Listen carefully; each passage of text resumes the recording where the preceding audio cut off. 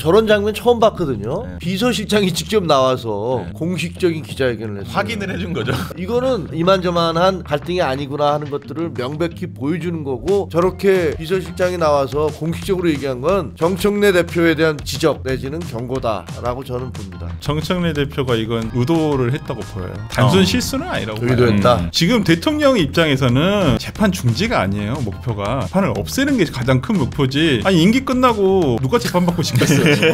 당연히 이걸 어떻게든 공소 취소라든지 면소 판결을 하든지 이걸 재판을 안 받게 하고 싶은 건데 중지는 뭐예요? 다시 제기할 수 있다는 전제가 깔려 있는 거예요.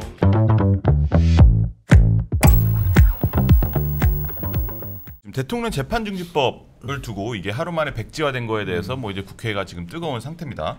뭐 대통령 민주당이 이제 현직 대통령의 재판이 중지된다는 걸 명시화하는 이제 법률 형사소송법 개정안을 이제 뭐 통과시키겠다. 지금 법사위에 계류 중이고 본회의에서 통과시키기만 하면 돼요.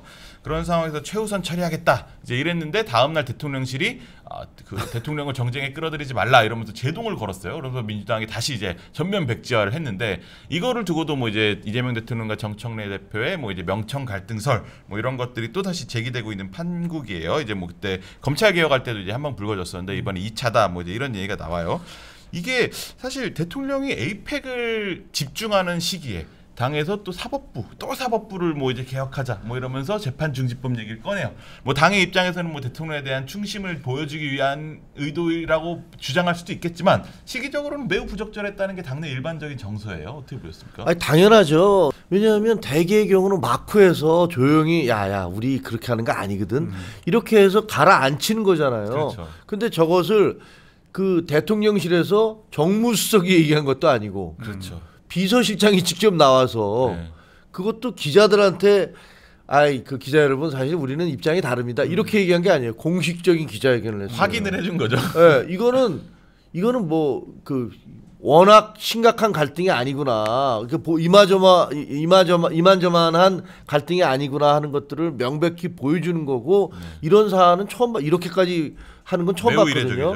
근데 저도 궁금한 게 아니 그런데 저게 도대체 왜 정청래 대표와 민주당은 박수현 수석은 그 대변인은 저렇게까지 얘기한 거야. 근데 알고 봤더니 이게 김어준 씨 작품이라는 보도들이 나오더라고요.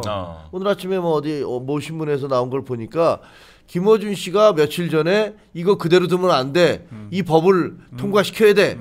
밀어붙여야 돼. 라고 얘기하면서 민주당 의원들을 불러다 놓고 닥달을 했다는 거예요. 그러고 나서 며칠 뒤에 이제 이 법을 밀어붙였다는 거죠. 그러니까 이게 그러니까 결국은 이 뒤에 딱지에는 김어준 딱지가 붙어 있는 거야 라는 생각을 하게 되잖아요. 그래서 이 얘기는 더 추정을 해보면 야 이거 이재명 대통령 당선되고 나서 대통령이 3명이 있다. 용산 대통령실에도 1명 있고 저 여의도에 정청래 대표가 하나 있고 그다음에 저 충정로에 거기 김어준 대통령이 하나 있다. 뭐 이런 얘기가 우스갯소리로 나왔잖아요. 대통령 3명 설이 나왔는데 지금 요새 드는 생각은 3명은 아니고 2명이었구나. 그리고 왜냐? 정청래 대표는 정청래 빼는 겁니까? 김어준 쪽에서 밀어붙이니까 그냥 거기 따라가서 네 알겠습니다라고 하는 걸로 봐서는 이거는 권력이 지금 양분되고 있는 건가? 김어준 권력과 그 비공식 권력, 그 어떻게 보면 밤의 대통령인지 어떤지 모르지만 유튜브 대통령인지 모르겠지만 그다음에 또 한쪽에는 이재명 대통령, 공식적인 대통령 이거야 뭐야 이런 의구심까지 들 정도예요. 그래서 이거는 저렇게 비서실장이 나와서 공식적으로 얘기한 건 정청래 대표에 대한 경고이기도 하고 김어준 씨에 대해서 당신이 뭔데 도대체 이렇게까지 나서는 거야? 라는 것들에 대한 어떤 그런 그 지적 내지는 경고다라고 저는 봅니다. 이게 사실 이제 그 김어준 유튜브에서 이제 민주당 의원들이 출연해서 며칠 전부터 이걸 해야 된다 이제 이렇게 주장을 했었는데 일부 법사위원들이 그런 주장을 했었습니다. 근데 이제 그러면서 그런 법사위원들의 개인 자격으로 얘기하는 것과 사실 박수현 수석 대변인이라는 정청래 대표의 공식 지도부가 얘기를 하는 거 완전 무게감이 다르잖아요. 완전히 다르죠. 근데 이제 그게 지난 일요일 날 박수현 수석 대변인이 기자간담회를 하면서 요 재판중지법을 지도부 차원에서 공식화할 수 있다는 가능성을 굉장히 강하게 시사했어요. 그러니까 이제 관련 보도들도 쫙 나오고 있었는데 그때가 그 기자회견을 하고 있는 시간이 하필 대통령이 싱가포르 정상회담을 하고 있을 시기였어요. 그러니까. 그래가지고 이제 뉴스가 완전히 그걸로 다 이제 그렇죠. 덮였는데 이게 당에서도 지적하는 게 대통령께서 중요한 행사가 있을 때마다 이제 정청래 대표가 이런 사법개혁 이슈를 내민다. 대통령이 이제 뭐 뉴욕 유엔 총회 갔을 때는 법사위의 대법원장 청문회 추진, 그리고 이제 아세안 정상회의에 갔을 때는 이제 법원행정처 폐지 발언을 의총에서 하고 이번에 또 에이펙 그리고 또 정상회담을 하고 있는데 또 재판중지법 띄우고 이런 엇박자에 대해서 당내에서 불만이 되게 많은데. 어떻게 좀 뭐 이게 괜찮은 걸까요? 정청래 대표가 이건 의도를 했다고 보여요. 단순 실수는 아니라고 봐요. 의도했다. 지금 대통령 입장에서는 재판 중지가 아니에요. 목표가 재판을 없애는 게 가장 큰 목표지. 아니 임기 끝나고 누가 재판받고 싶겠어요. 당연히 이걸 어떻게든 공소 취소라든지 뭐 배임죄를 없애버리고 다 없애버리고 면소 판결을 하든지 이걸 재판을 안 받게 하고 싶은 건데 대법관들 다 갈아치고 중지는 뭐예요? 다시 제기할 수 있다는 전제가 깔려 있는 거예요. 그렇다고 한다면 정청래 대표가 이걸 그냥 했을까요? 저는 이거 분명히 이거 각을 세우면서 본인이 이런 카드가 있다. 뭐 이번에는 우리가 그래 뭐 다시 카드 회수할 수는 있겠지만 이걸 언제고 할 수 있다. 저는 그걸 굉장히 지금 정청래 대표와 더 갈등이 일어날 것은 내년 지방선거 전일 거예요. 지금도 민주당 보면 저도 이제 뭐 출마하시려는 분들 가끔 만나 보면. 야 이거 정청래 대표한테 줄 서야 돼 아니면 대통령실에 줄 서야 돼 이걸 굉장히 고민을 많이 하고 계세요. 혼동을 많이 하고 계시고 힘 세니까. 그래서 아니 또 이거 다 왜냐면 지방선거는 대통령실에서 또 관여하기는 굉장히 어렵잖아요. 공천권은 당 대표한테 있죠. 당 대표한테 있고 특히나 시도위원장이 대부분 기초 의원과 기초자치단체 장에 대한 공천권을 가지고 있거든요. 그러면 이번에 민주당이 전부 다 전국에 있는 시도당 위원장이 다 바뀌었어요. 대부분 잘 보시면 이제까지 주로 주류가 아니에요. 대부분 제일 마지막으로 불거졌던 게 이제 변성환 부산시당 위원장인데 거기도 좀 말이 많았었잖아요. 친명계를 떨어뜨리고 오히려 컷오프를 시켜버리고 친청계를 변성환 지금 시당 위원장을 올렸다는 얘기도 있어요. 대부분 전부 광주, 전남, 뭐 충남, 뭐 경북 빼놓고 경북은 임미애 의원밖에 없으니까 나머지가 대부분 이제까지 주류가 아니셨던 분들이에요. 그러면 내년 지방선거를 앞두고 소위 말하는 친명계 입장에서는 친청계 후보들이 나오게 되면 자기들이 밀릴 수도 있단 말이에요. 그럼 지금 분위기가 괜찮단 말이에요. 내년 일단 지방선거는 승리로 갈 가능성이 높다. 내년 지방선거 승리를 통해서 정청래 대표는 다시 당대표 나올 것이고 그러면 2년 뒤가 남았어요. 그러면 대통령 선거 1년 전이 남습니다. 그때까지 총선이니까. 그러면 정청래 그때까지 이재명 대통령 입장에서는 만약에 개헌을 되지 않으면 개헌이 안 된다고 한다면 아마 임기 1년 앞두고는 만약에 민주당이 다수석을 차지한다 어떻게든 입법을 하려고 할 거예요. 그때 정청래 대표가 만약에 대표 아니면 대통령 후보가 됐었을 때 그 법안을 받아가지고 해줄 것인지 말 것인지 거기에 일단 그 부분까지 생각이 있다고 보여요. 이런 그냥 정청래 대표로서도 자기 대권의 꿈이 있잖아요. 있죠. 그러면 그냥 이걸 그냥 카드를 다 놔둬요? 저 뭐 이재명 대통령을 위해서 모든 걸 아닐 거라고 보여요. 예를 들면 노무현 대통령이 당선되고 난 다음에 대북 송금에 대해서 그 문제 제기했잖아요. 그래서 결국은 박지원 그때 비서실장이 그 감옥에 갔던 것이고 그런 거 보면 권력이라는 건 참 냉정하죠. 냉정하고 엄혹한 거죠. 정청래 대표와 이재명 대통령이 결이 다르다는 건 이미 세상 사람들이 다 알아버렸잖아요. 어저께 뭐 그 국회에서 좋은 말만 하고 사이좋게 왔다. 그게 더 이상하죠. 그게 원래 사이가 별로 안 좋을 때 안 좋으면 얘기를 안 하죠. 진짜 그 얼굴 표정 봤어요? 완전 못 씹은 표정이잖아요. 아니 웃는데 그게 억지 웃음 같은 느낌이 들더라고요. 원래 표정이 아니야. 원래 표정이 아니고 저는 그렇게 들었어요. 보이더라고요. 제가 느낌은. 그래서 이 카드는 죽지 않은 카드다. 저는 그렇게 봅니다. 그럼 민주당은 내년에 이제 지방선거 앞두고 당 특히 이제 거기에 영향을 막강하게 미치고 있는 김어준 그 김어준 씨에 대해서 줄 서려는 사람들이 아주 그냥 거기 유튜버들 장사진을 치겠구나. 나눠져 있어요. 거기도 약간 유튜버가 그렇죠. 거기도 이제 다르죠. 네, 약간 이재명 대통령은 이제 이동형 TV 쪽이라든지 그쪽 위시로 해서 많이 있고 그다음에 김어준과 정청래 이쪽이죠. 조국도 지금 김어준 쪽이죠. 어찌 보면 가장 많은 출연을 하는 방송이니까. 네.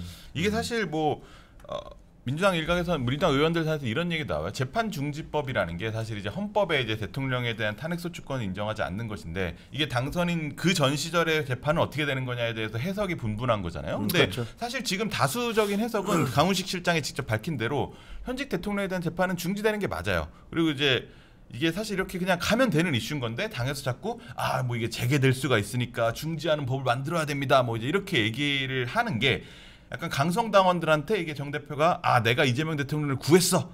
이 법으로 구한 거야. 이런 어필을 하기 위해서 그런 거다. 다 이게 내년 당대표 선거에 재선이 되기 위해서 하는 거다. 이제 이런 개인적인 자기 정치다. 이제 이렇게 보시는 분들이 많더라고요. 그래서 거기서부터 엿박자가 나는 것 같다는 얘기들을 많이 하시는데 맞아요. 참 이게 근데 긁어 부스럼을 만들고 있지. 아니 그거 긁어 부스럼을 일부러 만들고 있다니까. 그러니까. 제가 봤을 때 일부러 만들고 이건 실수가 아니에요. 그러니까 박수현 수석이 국민의힘이 약간 국민의힘이 이렇게 조장을 하니까 우리가 정당방위 차원에서 만드는 것이라는. 제가 이제까지 알고 있는 박수현 수석 대변인의 어떤 그 고생 많이 하고 계세요. 합리적인 논리와는 너무나 다른 결의 메시지가 나왔거든요. 두 분 해석이 좀 다른 거잖아. 그러니까 이게 내가 이렇게 이재명 대통령을 열심히 커버를 했어라고 해서 강성 지지자들한테 본인이 이제 정청래 대표 어필하기 위한 것이다. 네. 그런 거 소구하기 위한 것이다라는 게 한쪽의 해석이고 또 다른 해석은 그게 아니다. 일부러 이게 지금 긁어부스럼 만들었다. 강성 지지층엔 그렇게 호소를 하고 내면에 뒤에 숨은 원래 뜻은 더 큰 뜻은 나는 이런 카드 그렇죠. 가지고 있다. 이거 내 카드야. 네. 그러니까 이게 강성 지지층에게 보여주는 액션과 그렇죠. 대통령실에 보내는 메시지는 조금 다르다라는 거죠. 네. 그렇죠. 저는 그렇게 보고 있습니다.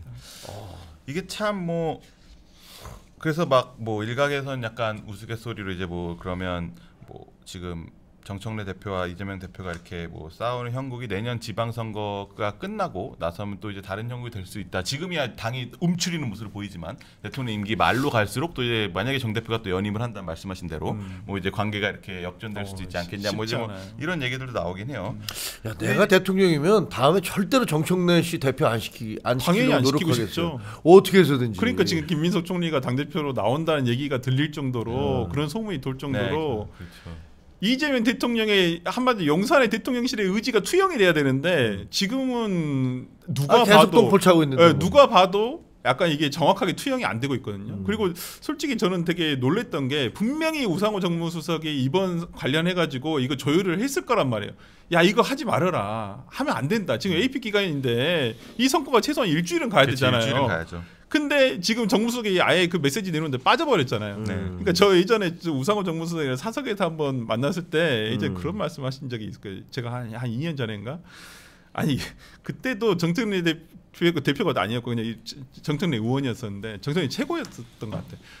정청래 야 사석에서 한 시간 우상호 의원이 야 청래가 내 말을 듣니? 내 말도 안 들어. 약간 좀 그렇게 하소연하듯이 말씀하신 적이 있거든요. 그냥 이렇게 진짜 사석에서 권력 내부에 지금 이재명 정권 내부의 어떤 알력이라는 게 점점점 커져가고 있군요. 그러니까 정무수석이 여기서 메시지를 내놓는데 빠질 만큼 이제는 정무수석의 어떤 컨트롤이 안 되는 것 같아요. 제가 봤을 때는 분명히 우상호 수석이 이거 다 조율을 했을 거라 생각하는데 그것도 지금 안 되고 있는 거예요. 당 쪽에서 정청래 대표 쪽에서 뭐 콧방귀 끼는 거죠. 네, 저는 그렇게 봅니다. 재밌네. 알겠습니다. 이제 뭐 또 명청 대전 뭐 이제 이런 이슈에서 또 다른 이슈로 바꿔오면 이제 한동훈 전 대표가 이제 어제 라디오에 나와가지고 이재명 대통령의 형사 재판이 재개되면 계엄령을 발동할 가능성이 높다. 뭐 이제 뭐 이런 얘기를 했어요. 그러니까 이제 형사 재판이 재개되면 이제 사실상 이제 뭐 사법부가 쿠데타를 일으킨 거다라는 식의 여론을 조성한 다음에 계엄령을 발동할 가능성이 있다. 뭐 여기에 민주당은 뭐 이제 막 허황된 근거 없는 음론이다 막 엄청 강하게 비판을 했거든요. 왜 이런 얘기를 하셨는지. 그 얘기 뭐 지금 한 건 아니에요. 네. 사실은 이제 옛날부터 그런 비슷한 얘기들을 했었어요. 그 우리가 이제 계엄에 대해서도 얘기하면서 그러니까 계엄을 정당하다, 대통령의 권한이다라고 얘기하는 사람들에 대해서도 그런 얘기를 했거든요. 아니 그 무슨 소리냐? 그럼 이재명 후보가 대통령이 돼서 본인에 대해서 문제가 제기했을 때 계엄을 하면은 그러면 당신은 그거 받아들일 거냐? 거기다가 만약에 이재명 대통령이 계엄을 하면 지금 국회 압도적 다수당이 민주당이 그거 반대 표결할 것 같냐? 그게 말이 되느냐라고 이제 그 얘기를 했던 거예요. 그러니까 제발 그 어리석은 얘기 좀 하지 말아라. 그런 식으로 계엄의 정당성을 부여하기 시작하면 권력 잡은 사람은 누구나 계엄을 하려는 그런 유혹에 빠지게 되고, 그리고 압도적 다수당이 있을 경우에는 견제 세력도 하나도 없다.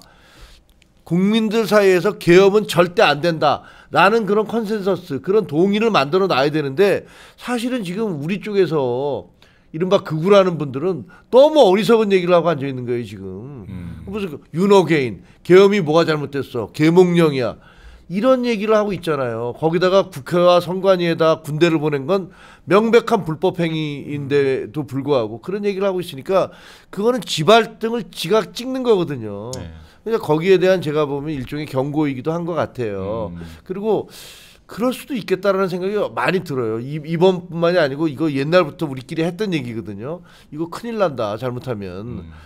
압도적 다수를 그 의석을 가진 당에서 대통령이 나오고 대통령이 지금 사법적 위험에 빠져 있으면 분명히 이 사람은 명분을 걸어서 계엄을 할 거다. 왜?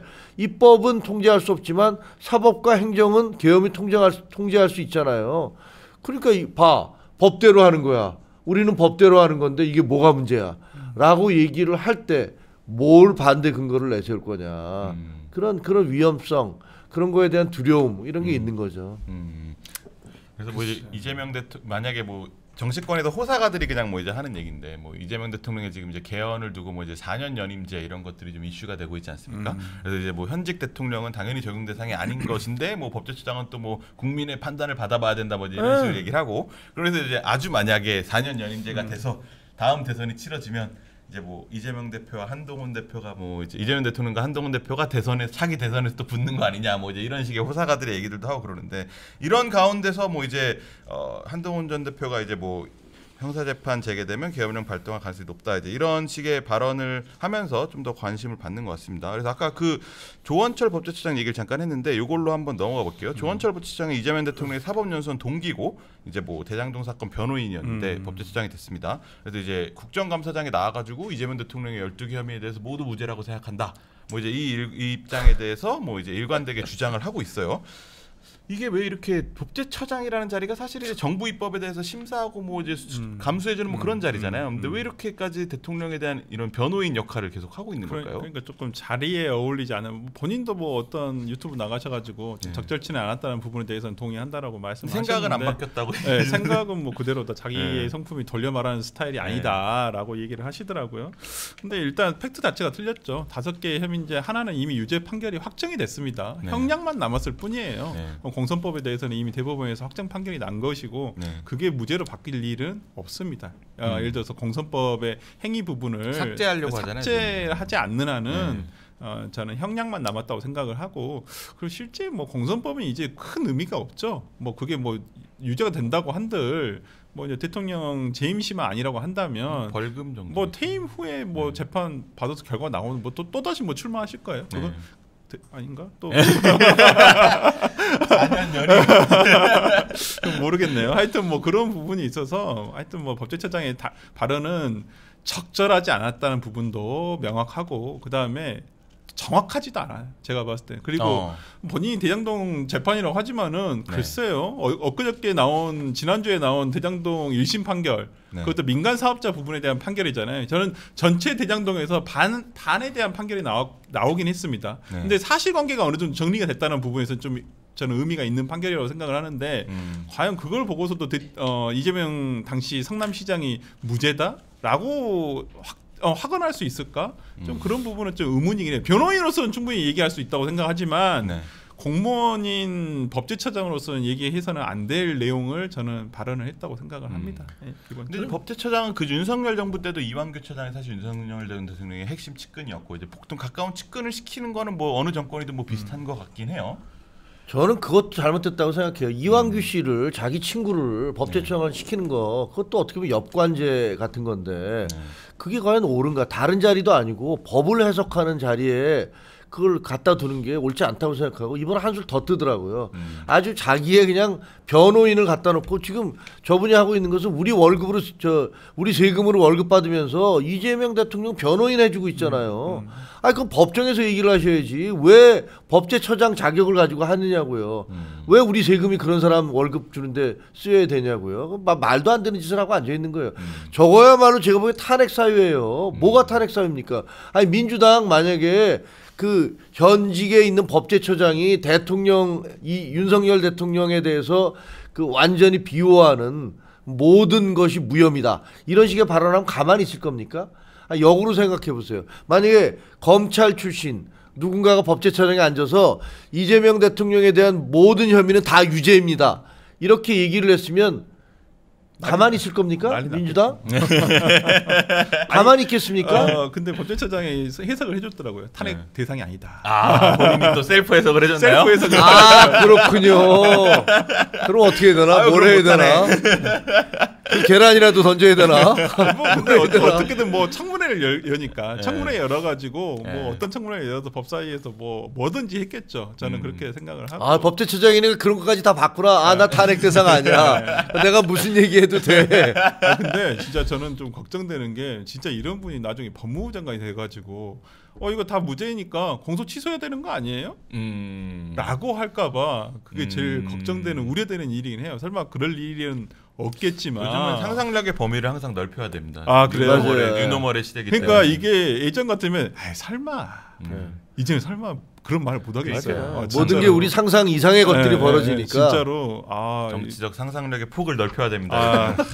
저 소설책을 더 많이 읽어야 되겠네.